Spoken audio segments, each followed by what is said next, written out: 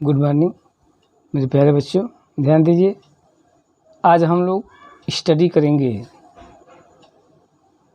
सांद्रता। जैसे कि पहले वाले वीडियो में हम लोग सांद्रता के बारे में पढ़े हैं, कुछ एक जानकारियाँ मिली है। अब सांद्रता को हम किन किन पदों में व्यक्त करते हैं, तो प्रतिशतता के पदों में, भार आयतन के पदों में, भार बाई भार पद में। इसमें हमें इन तीनों जो विधियाँ हैं इसमें कई पार्ट में डिवाइड किया गया है। इसमें जैसे प्रतिशतता के पदों में, तो प्रतिशतता के पदों में द्रव्यमान प्रतिशतता है, आयतन प्रतिशतता है और द्रव्यमान आयतन प्रतिशतता है। तो सांद्रता को हम प्रतिशतता के पदों में व्यक्त करते हैं तो कितने तरीके से व्यक्त करेंगे। तो पहला कह रहा है कि द्रव्यमान प्रतिशतता। कहने का मतलब ये है कि यदि कोई विलयन है 100 ग्राम, तो उसमें यदि विलेय की मात्रा को हम कितना विलेय घुला है उसको यदि व्यक्त करते हैं तो उसको कहते हैं द्रव्यमान प्रतिशतता। मतलब कि विलयन का भार पर 100 ग्राम विलयन में विलेय की कितनी मात्रा घुलित है, ठीक है ना। 100 ग्राम विलयन में घुले हुए पदार्थ की मात्रा कितनी है, ठीक है ना, उसी को कहते हैं भार प्रतिशतता या द्रव्यमान प्रतिशतता। 100 ग्राम विलयन में घुली हुई विलेय पदार्थ की ग्रामों में मात्रा द्रव्यमान प्रतिशतता कहलाती है। कहने का मतलब समझ में आ रहा है। कह रहा है कि 100 ग्राम विलयन में, मतलब कि हमको फाइंड करना है विलयन कितना भी हो सकता है, लेकिन 100 ग्राम रेशियो निकाल करके उसमें विलेय कितना है पर 100 ग्राम में, ठीक, तो उसको बोलते हैं द्रव्यमान प्रतिशतता। मतलब कि विलयन का भी भार ग्राम में और विलायक का भी भार ग्राम में हो, तो यदि हम निकालते हैं इसका रेशियो तो उसको द्रव्यमान प्रतिशतता कहते हैं। तो द्रव्यमान प्रतिशतता इक्वल पदार्थ का भार ग्राम में, मतलब विलेय पदार्थ का भार ग्राम में बटे विलयन का भार ग्राम में और इंटू 100। तो इस तरह से यदि हम प्रतिशतता फाइंड करते हैं तो द्रव्यमान प्रतिशतता कहते हैं। यदि हम पर 100 ml विलयन में किसी घुले हुए पदार्थ का मात्रा भी ml में यदि हम व्यक्त करते हैं तो इसे आयतन प्रतिशतता कहते हैं। किसे कहते हैं?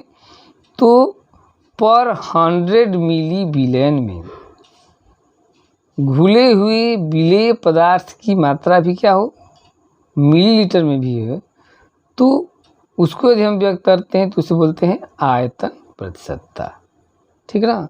कहने का मतलब यह है कि 100 मिली विलयन में घुले हुए विलेय की मात्रा मिलीलीटर में, तो उसे आयतन प्रतिशतता कहते हैं। यदि विलयन का भी मात्रा ग्राम में हो और विलेय का भी, तो इसको द्रव्यमान प्रतिशतता। यदि विलयन का मात्रा आयतन में और विलेय का भी आयतन में हो, लेकिन कितना, 100 ml विलयन में विलेय की मिलीलीटर की संख्या को कहते हैं आयतन प्रतिशतता, ठीक है। तो फर्स्ट क्या हो गया, भार प्रतिशतता, विलेय का भार ग्राम में बटे विलयन का भार ग्राम में इंटू 100। विलेय पदार्थ का आयतन मिलीलीटर में और विलयन का भी आयतन मिलीलीटर में इंटू 100, तो इसको आयतन प्रतिशतता। इसी क्रम में हम देखते हैं भार आयतन प्रतिशतता। अब क्या हो गया भाई, तो भार आयतन प्रतिशतता क्या है, तो विलयन की मात्रा मिलीलीटर में और विलेय की मात्रा ग्राम में यदि हम रेशियो निकालते हैं उसको भार आयतन प्रतिशतता कहते हैं। कहने का मतलब ये है कि 100 ml विलयन है, पर 100 ml विलयन में विलेय की मात्रा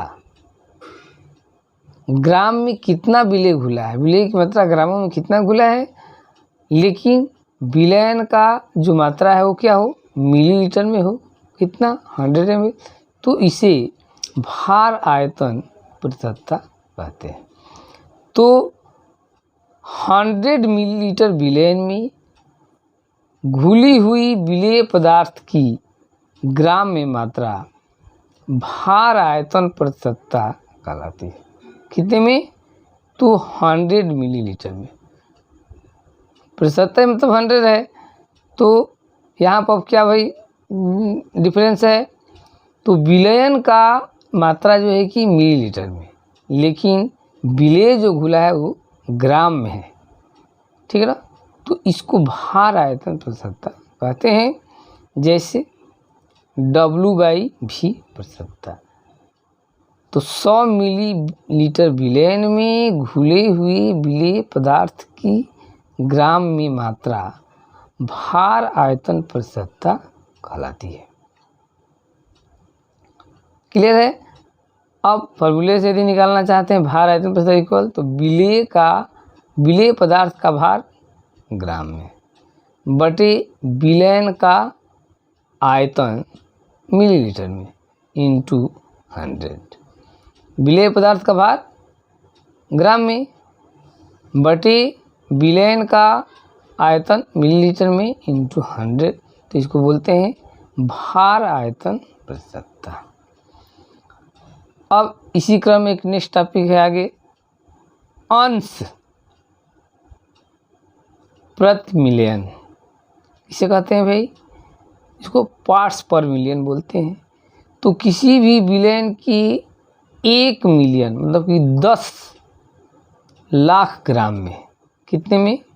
विलयन की 1 मिलीलीटर मतलब कि 10 लाख ग्राम में उपस्थित विलेय पदार्थ के ग्राम में मात्रा को विलयन की पार्ट्स पर मिलियन में सांद्रता कहते हैं। समझने की बात है। कह रहा है कि अब तक तो हम लोग प्रतिशतता में 100 में निकाल रहे थे कि 100 लीटर था। अब इसमें कह रहा है कि 1 मिलियन 10 लाख विलयन की 10 लाख ग्राम में विलेय की कितनी मात्रा ग्राम में उपस्थित है, उसको बोलते हैं पार्ट्स पर मिलियन। विलयन की जो सांद्रता है पार्ट्स पर मिलियन, और यह सांद्रता हम एयर के पॉल्यूशन, ठीक है ना, प्रदूषण और पानी की अशुद्धता को हम पार्ट्स पर मिलियन में सांद्रता मापते हैं। तो पार्ट्स पर मिलियन में सांद्रता इक्वल विलेय का भार ग्राम में, क्या चीज़? विलेय का भार ग्राम में बटे विलयन का भार ग्राम में इंटू 10⁻⁶, ठीक ना। पार्ट्स पर मिलियन क्या हो जाएगा? विलेय का भार ग्राम में और बटे विलयन का भार ग्राम में इंटू 10⁻⁶। तो ये ppm में सांद्रता हो जाती है, ठीक ना। तो ये हमारा सांद्रता हो गया आपका। अब हम देखते हैं कुछ मुख्य यौगिक के सूत्र, अणुभार तथा तुल्यांकी भार के बारे में हम लोग स्टडी कर लेंगे, जो कि आगे हमें बार बार जो है कि फिजिकल केमिस्ट्री में इन यौगिकों के सूत्र, अणुभार और तुल्यांकी भार का निम्नलिखित करने में हमें जो है कि हेल्प मिलता है। तो कुछ मुख्य यौगिकों के सूत्र, अणुभार तथा तुल्यांकी भार, जैसे सल्फ्यूरिक अम्ल H2SO4, इसका अणुभार ये हाइड्रोजन, सल्फर और ऑक्सीजन का एटॉमिक जोड़ेंगे तो 98 होता है। तो सल्फ्यूरिक अम्ल का अणुभार कितना होगा? 98। और इसकी संयोजकता 2, ये 2 हाइड्रोजन रिप्लेसेबल है तो 2 से डिवाइड कर देंगे तो 98 अणुभार हो जाएगा और 49 तुल्यांकी भार। कैसे निकालेंगे भाई? तो तुल्यांकी भार बराबर होता है अणुभार बटे संयोजकता। नाइट्रिक एसिड हो गया, नाइट्रिक अम्ल, इसका HNO3 फार्मूला हो गया और सबको जोड़ेंगे तो 63 होता है। तो इसकी संयोजकता 1 हाइड्रोजन रिप्लेसेबल है इसमें ना, इसमें 2 था तो 2 से डिवाइड किए थे, इसमें 1 है तो 1 से डिवाइड कर देंगे तो 63। तो अणुभार भी 63 और तुल्यांकी भार भी 63। इसी तरह से हाइड्रोक्लोरिक अम्ल HCl, H और क्लोरीन का जोड़ देंगे तो हो जाएगा 36.5। यहाँ पर 36.5 अणु भार हो गया। और संयोजकता कितना हो गया भाई, तो 1 H है, तो यहाँ पर 1 से डिवाइड कर दिए तो ये तुल्यांकी भार निकल गया। ठीक है ना। इसी क्रम में सोडियम हाइड्रोक्साइड NaOH दिख रहा है ना, क्लियर। इसको जोड़ेंगे तो इसका अणु भार 40 हो जाएगा।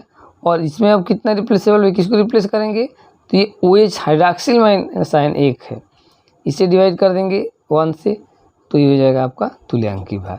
तो अणु भार भी 40 और तुल्यांकी भार भी 40। इसी तरह से पोटेशियम हाइड्रोक्साइड KOH लेते हैं, इसका जोड़ेंगे तो इसका अणु भार कितना हो जाएगा, 56। ठीक है। और इसमें भी OH 1 है, तो 1 से डिवाइड कर देंगे तो ये आ जाएगा 56। सोडियम कार्बोनेट Na2CO3, इसका अणु भार कितना होता है, जोड़ेंगे तो 106। और इसकी संयोजकता कितनी होगी भाई, तो आप देखिए संयोजकता निकालेंगे तो यहाँ पर देखेंगे सोडियम एक संयोजी है और 2 सोडियम है तो 2 संयोजकता हो जाएगी।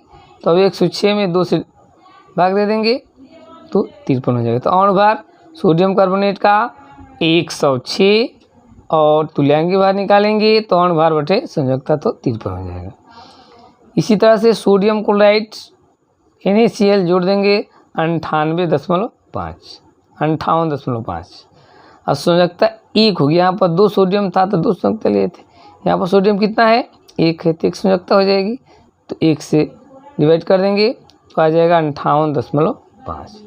इसी प्रकार से अब हम देखते हैं ऑक्जेलिक अम्ल C2H2O पर जोड़ेंगे तो 90 आएगा।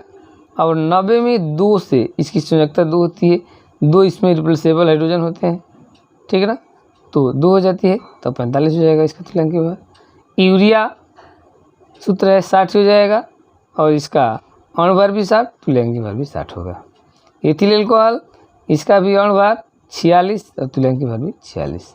बेंजीन, इसका अणु भार 78 और तुल्यांकी भार भी 78। तो ये कुछ मुख्य इंपॉर्टेंट कंपाउंड हो गए। ठीक है ना, जिसके फार्मूले दिया हुआ है, अणु भार और ये इधर जो आया हुआ है तुल्यांकी भार, इसको याद कर लेना है, बढ़िया से तैयार कर लेंगे तो हमें इस लेसन में आने वाले जो न्यूमेरिकल्स है उसमें इसको आपको हेल्प मिलेगा। तो ये हो गया आपका कुछ मुख्य यौगिक और आपका जो सांद्रता है प्रतिशतता हमने निकाल लिए, भार प्रतिशतता, आयतन प्रतिशतता, भार आयतन प्रतिशतता, पार्ट्स पर मिलियन। और नेक्स्ट वीडियो में हम लोग स्टडी करेंगे, ठीक ना, नॉर्मलता, मोलरता एंड मोललता। तब तक के लिए थैंक्स।